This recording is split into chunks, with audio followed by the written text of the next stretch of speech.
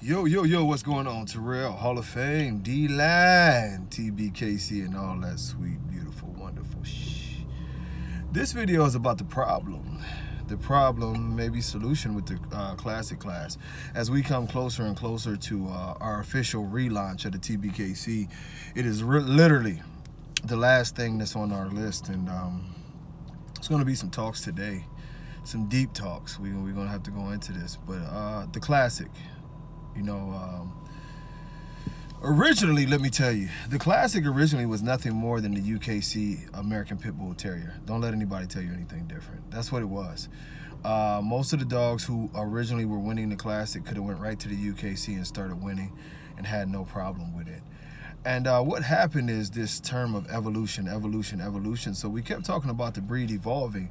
And with that, what happened is every class got distorted. Because if you notice, the original standards, like if you talk about a dog, say like a King Kamali, who is a great standard, now they want to say that he's a Classic. This is the biggest problem that we have with our registries, our breeds, whatever you want to call them, is that what are we breeding for? So if you had a Classic program 10 years ago, no one was telling you to breed for King Kamali. You know what I mean? Your Classic program was to breed for a dog that was similar to maybe my boy Castro or some of the other dogs, that fit very, very well and could go right over to the UKC and show. Well, what happened over time is, like, now you say a dog like King Kamali that was a 90-pound dog, with a 24-inch head that was very, very well structured and super muscled is a Classic. That's utterly ridiculous. That's 18 inches, 90 to, or maybe even 90 plus pounds. He was a good sized boy, and ripped. So his 90 pounds looks like 100 pounds because he's not fat like a lot of these dogs. But you telling somebody 10 years ago that they should have been breeding their Classics for this, that was never the discussion.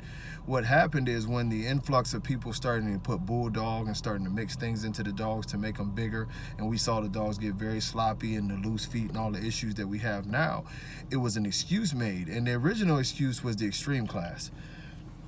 They made the extreme class, and that was that was a huge mistake. Me and Dave sat down and talked about it, and to his credit, he knew it was a huge mistake and he got rid of it. The only problem is that when he got rid of the extreme class, he didn't get rid of it really. He got rid of the extreme name, and he allowed all the extreme dogs to filter into the other classes by height.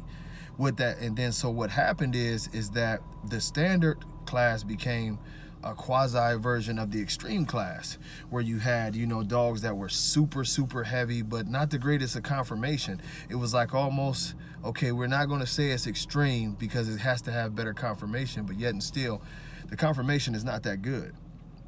It destroyed the class. And what it did is it pushed the original standards that were very, very nice dogs. You're talking about 85 to 100-pound dogs, very well structured, tight skin, the whole nine that we would look for. And what was, in my opinion, probably the best dogs in the whole American Bully family, it pushed them to now what people want to call Classics. It pushed them out. So this is where the confusion in the Classic comes in, is because you have two dogs that are competing in the Classic class that are really literally two different dogs. It's the older, like now they would say that Remy would also be a Classic, but he wouldn't have been a Classic back then. And a dog like Kamali definitely wouldn't have been a Classic back then. You look at dogs like Toxic, Paco's brother, and they want to call him a Classic. This dog was pushing 100 pounds. And over again, we see this, and the funny thing is now is that you see a more extreme type of dog, a bulldog looking type of dog, and they call that the standard. So basically what we've seen is over the last 10 years is that they've changed the breed. They changed the breed, they changed the standards to the breed. And I know one thing with the TVKC, we're going to stick to the standards, and we're going to have our announcement coming soon. I have to talk with everybody on the committee over this weekend, and we're going to see what's up, man. It's going to be interesting to see what we do. We know that the standard, our version of the standard will be more so like King Kamali. The bear is a very nice standard. It can be King Kamali and thicker, but it's still going to have to be that type of beautiful dog, well-structured, tight-skinned, more American Bully than American Bulldog. We're shooting to really lock in our breed standard and make it possible now, possible for us to be respected worldwide. The Classic, we will decide what we want to do with it, because honestly, what we can do is we can go about this as doing what it was previously, when there was no lies and no jokes. The Classic was just pretty much a dog that was borderline, you know, a UKC American Pit Bull Terrier. Maybe a little bit too, or maybe a little bit more than what they would like, but definitely not, you know, your standard American Bully. But we won't push down standards into the Classic class.